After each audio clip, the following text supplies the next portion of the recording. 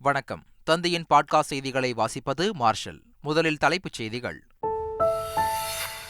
அமெரிக்க முன்னாள் அதிபர் Donald Trump மீது துப்பாக்கிச்சூடு நடத்தப்பட்டதால் அதிர்ச்சி. பென்சில்வேனியாவில் ஆதரவாளர்கள் மத்தியில் உரையாற்றிக் கொண்டிருந்த போது சம்பவம். துப்பாக்கிச்சூடு சம்பவத்திற்கு பின் காதில் ரத்தம் வழிய கையை உயர்த்தினார் டொனால்டு டிரம்ப். தற்போது நலமுடன் இருப்பதாக அமெரிக்க உளவுத்துறை தகவல். டொனால்டு டிரம்ப் மீது நடத்தப்பட்ட தாக்குதல் அதிர்ச்சி அளிப்பதாக அமெரிக்க அதிபர் ஜோ பைடன் கண்டனம். துப்பாக்கிச்சூடு நடத்திய மர்ம நபர் சுட்டுக் கொல்லப்பட்டதாக போலீசார் தகவல். கள்ளச்சாராயத்தை ஒழிக்கும் வகையில் தமிழ்நாட்டில் மதுவிலக்கு திருத்தச் சட்டம் அமலுக்கு வந்ததாக முதலமைச்சர் ஸ்டாலின் அறிவிப்பு. தமிழகத்தில் கள்ளச்சாராய மரணங்கள் மீது இதுவரை எந்தவித நடவடிக்கையும் எடுக்கப்படவில்லை. ஆளுநர் ஆர்.என். ரவி குற்றச்சாட்டு.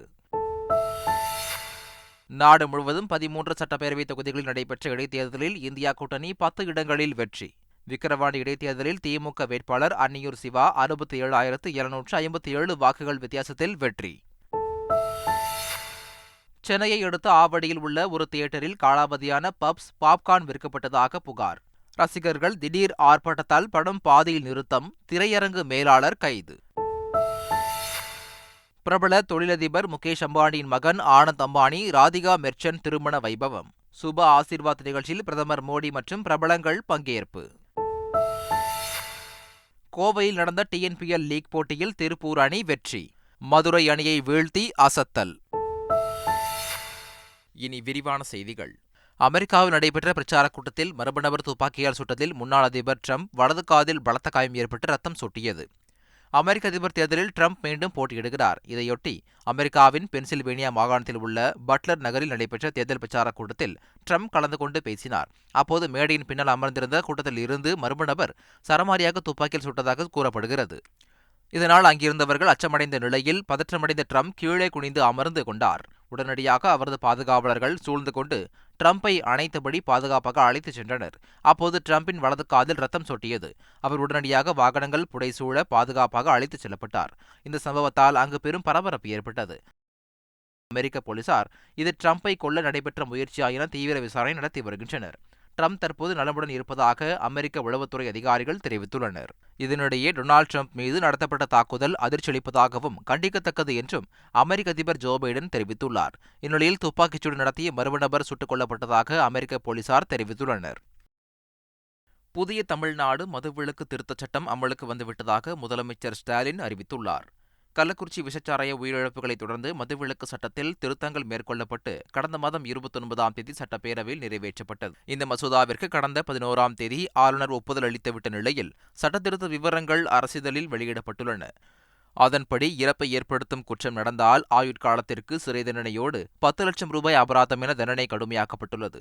உரிமம் இல்லாத இடத்தில் மது அருந்தினால் அந்த இடம் சீல் வைக்கப்படும் எனவும், மோசமான குற்றச்செயலால் தண்டிக்கப்பட்ட நபர் மீண்டும் குற்றச்செயலில் ஈடுபட்டால் வசிப்பிட பகுதியில் இருந்து வெளியேற்றப்படுவார் எனவும் தெரிவிக்கப்பட்டுள்ளது. 3 ஆண்டுகள் கடுங்காவல் தண்டனை பெற்றவர்களுக்கு ஜாமீன் வழங்க இயலாத வகையிலும் சட்ட திருத்தம் மேற்கொள்ளப்பட்டுள்ளது. விருதுநகரில் முன்னாள் முதலமைச்சர் காமராஜரின் 122வது பிறந்தநாள் விழாவை தமிழக ஆளுநர் ஆர்.என். ரவி குத்துவிளக்கேற்றி தொடங்கி வைத்தார். பின்னர் சிறந்த கல்வி சேவைக்கான விருதினை திருச்செந்தூர் ஆதித்தனார் கல்லூரிக்கு வழங்கிய ஆளுநர் ஆர்.என். ரவி நிகழ்ச்சியில் சிறப்புரையாற்றினார். அப்போது பேசிய அவர், காமராஜர் ஒரு தேசிய தலைவர் என்றும் அவரது அறிவும் சிந்தனையும் நமக்கு இன்றும் தேவைப்படும் நிலையில் பாடப்புத்தகத்தில் காமராஜரை பற்றி சிறு குறிப்பு மட்டுமே உள்ளதாக குறிப்பிட்டார். 13 மிகப்பெரிய அணைகளை கட்டிய காமராஜர் தனக்கான உரிமைகளை கேட்டு பெற்றாரை தவிர மத்திய அரசுடன் சண்டை போடவில்லை என தெரிவித்தார். தொடர்ந்து பேசிய ஆளுநர் ஆர்.என். ரவி, கள்ளக்குறிச்சி விவகாரம் தவிர்த்து பிற கள்ளச்சாராய மரணங்கள் தொடர்பாக அரசு எந்த நடவடிக்கையும் எடுக்கவில்லை என்று குற்றம் சாட்டினார். பதிவுத்துறை வரலாற்றில் இதுவரை இல்லாத அளவிற்கு கடந்த வெள்ளிக்கிழமை மட்டும் 224 கோடி ரூபாய் வருவாய் ஈட்டப்பட்டுள்ளதாக தமிழக அரசு தெரிவித்துள்ளது. ஆனி மாதம் கடைசி முகூர்த்த நாள் என்பதால் பொதுமக்கள் பயன்பெறும் வகையிலும் ஆவணங்களை பதிவு செய்ய அன்று மட்டும் ஒரு சார் பதிவாளருக்கு முன்பதிவு விலைகள் 150ஆக உயர்த்தப்பட்டது.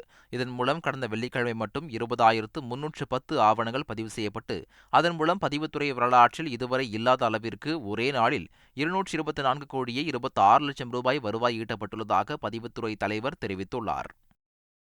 விக்கிரவாண்டி இடைத்தேர்தலில் திமுக வேட்பாளர் அன்னியூர் சிவா வெற்றி பெற்றார். விக்கிரவாண்டி தொகுதி இடைத்தேர்தலில் திமுக வேட்பாளர் அன்னியூர் சிவா, பாமக வேட்பாளர் சி. அன்புமணி, நாம் தமிழர் கட்சி வேட்பாளர் அபிநயா மற்றும் சுயேட்சை வேட்பாளர்கள் உட்பட 29 பேர் போட்டியிட்டனர். தேர்தலில் பதிவான வாக்குகள் எண்ணப்பட்ட நிலையில் திமுக வேட்பாளர் அன்னியூர் சிவா 1,24,053 வாக்குகள் பெற்று 67,757 வாக்குகள் வித்தியாசத்தில் வெற்றி பெற்றார். பாமக வேட்பாளர் சி. அன்புமணி சுமார் 56,296 வாக்குகள் பெற்று டெபாசிட்டை தக்க வைத்தார். நாம் தமிழர் கட்சி வேட்பாளர் அபிநயா உட்பட 27 வேட்பாளர்கள் டெபாசிட் இழந்தனர். விக்கிரவாண்டி சட்டப்பேரவை தொகுதி இடைத்தேர்தலில் திமுக வெற்றி பெற்றிருப்பது குறித்து எக்ஸ் தளத்தில் பதிவிட்டுள்ள முதலமைச்சர் ஸ்டாலின், எத்தனை பொய்களை ஒன்றாக தைத்து போர்வை நெய்தாலும் சூரியனை ஒருபோதும் மறைக்க முடியாது என்று விக்கிரவாண்டி மக்கள் உணர்த்தியுள்ளதாக குறிப்பிட்டுள்ளார். சென்னை அண்ணா அறிவாலயத்தில் பொங்கும் மகிழ்ச்சி தமிழ்நாடெங்கும் எதிரொலிக்கட்டும் என்றும் முதலமைச்சர் ஸ்டாலின் அப்பதிவில் குறிப்பிட்டுள்ளார்.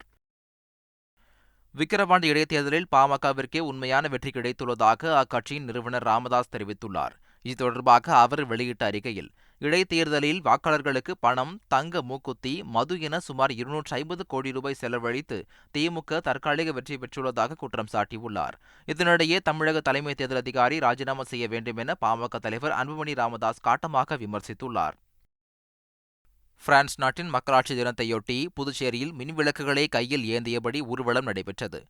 கடற்கரை சாலையில் உள்ள டூப்ளெக்ஸ் சிலை முதல் பிரெஞ்சு தூதரகம் வரை சுமார் 3 கிலோமீட்டர் தூரத்திற்கு இந்த பேரணி நடைபெற்றது. இந்த பேரணியில் புதுச்சேரிக்கான பிரெஞ்சு துணை தூதர் லிஸ் டால்போட் பாரே, உள்துறை அமைச்சர் நமச்சிவாயம் மற்றும் 200க்கும் மேற்பட்ட பிரெஞ்சு மக்கள் கலந்து கொண்டனர். சென்னை நந்தனம் YMCA மைதானத்தில் இன்று இளையராஜாவின் இசை கச்சேரி நடைபெறுகிறது. இதில் கலந்து கொள்ள செல்லும் ரசிகர்களுக்கு தடையில்லாத போக்குவரத்தை வழங்குவதற்காக சென்னை மெட்ரோ ரயில் நிறுவனம் மார்க் மெட்ரோ உடன் இணைந்து கட்டணமில்லா பயணத்தை வழங்க ஏற்பாடு செய்துள்ளது. அதன்படி இசை கச்சேரிக்கான டிக்கெட்டை பேடிஎம் இன்சைடர் மூலம் முன்பதிவு செய்தவர்களுக்கு இந்த இலவச சேவை வழங்கப்படுகிறது. பயணிகள் தங்களின் அருகில் உள்ள மெட்ரோ ரயில் நிலையத்தில் இருந்து சென்னை நந்தனம் மெட்ரோ ரயில் நிலையத்திற்கான ஒரு சுற்றுப்பயணத்தை மேற்கொள்ளலாம் என அறிவுறுத்தப்பட்டுள்ளது. தமிழகத்திற்கு தண்ணீர் தர மறுக்கும் கர்நாடகாவை கண்டித்து வரும் 26ஆம் தேதி டெல்டா மாவட்டங்களில் முழு அடைப்பு போராட்டம் நடத்தப்படும் என்று அனைத்து விவசாயிகள் சங்கங்களின் ஒருங்கிணைப்பு குழு தலைவர் PR பாண்டியன் அறிவித்துள்ளார். திருவாரூர் மாவட்டம் மன்னார்குடி அருகே செய்தியாளரிடம் பேசிய அவர், சாலை மறியல், ரயில் மறியல் போராட்டங்கள் நடத்த இருப்பதாகவும் கூறினார். இதனிடையே கர்நாடகாவில் காங்கிரஸ் ஆட்சிக்கு வந்த பிறகே தண்ணீர் திறக்க மறுப்பதாக தமிழ்நாடு பாஜக தலைவர் அண்ணாமலை குற்றம் சாட்டினார். சென்னையில் தூய்மை பணியாளர்கள் பங்கேற்ற ஃபேஷன் ஷோ நடத்தப்பட்டது. சென்னையில் ஒரு நாளில் சுமார் 6000 மெட்ரிக் டன் அளவில் குப்பைகள் அள்ளப்பட்டு மாநகரை சுத்தப்படுத்தும் பணியில் தூய்மை பணியாளர்கள் ஈடுபட்டு வருகின்றனர். அவர்களை கௌரவிக்கும் வகையிலும் பொதுமக்களுக்கு விழிப்புணர்வை ஏற்படுத்தும் வகையிலும் ஃபேஷன் ஷோ நடத்தப்பட்டது. ஷைன் பியாண்ட் ஸ்ட்ரீட்ஸ் என்ற தலைப்பில் நடத்தப்பட்ட இந்த ஃபேஷன் ஷோ நிகழ்ச்சியில் தேசிய உடையலங்கார தொழில்நுட்ப கல்லூரியின் மாணவர்களால் உருவாக்கப்பட்ட ஆடைகள் மற்றும் கோஆப்டெக்ஸின் நவீன புதுரக ஆடைகளை உடுத்தி தூய்மை பணியாளர்கள் ரேம்ப் வாக் செய்தனர்.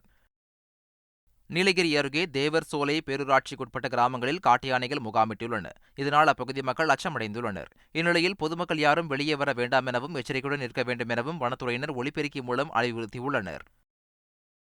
திருவள்ளூர் மாவட்டம் ஆவடியில் உள்ள ரெமி திரையரங்கில் காலாவதியான உணவுப் பொருட்களை விற்பனை செய்ததாக ரசிகர்கள் திரையரங்கை முற்றுகையிட்டு போராட்டம் நடத்தினர். திரையரங்கில் தின்பண்டம் வாங்கி சாப்பிட்ட ரசிகர்கள் துர்நாற்றம் வீசியதால் அதிர்ச்சியடைந்தனர்.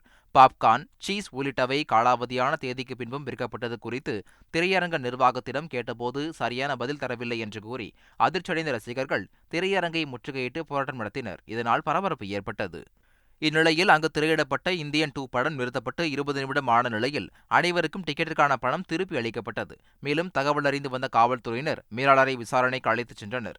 உணவு பாதுகாப்புத் துறையினர் ஆய்வில் ஈடுபட்டு காலாவதியான பொருட்களை கைப்பற்றி அளித்தனர்.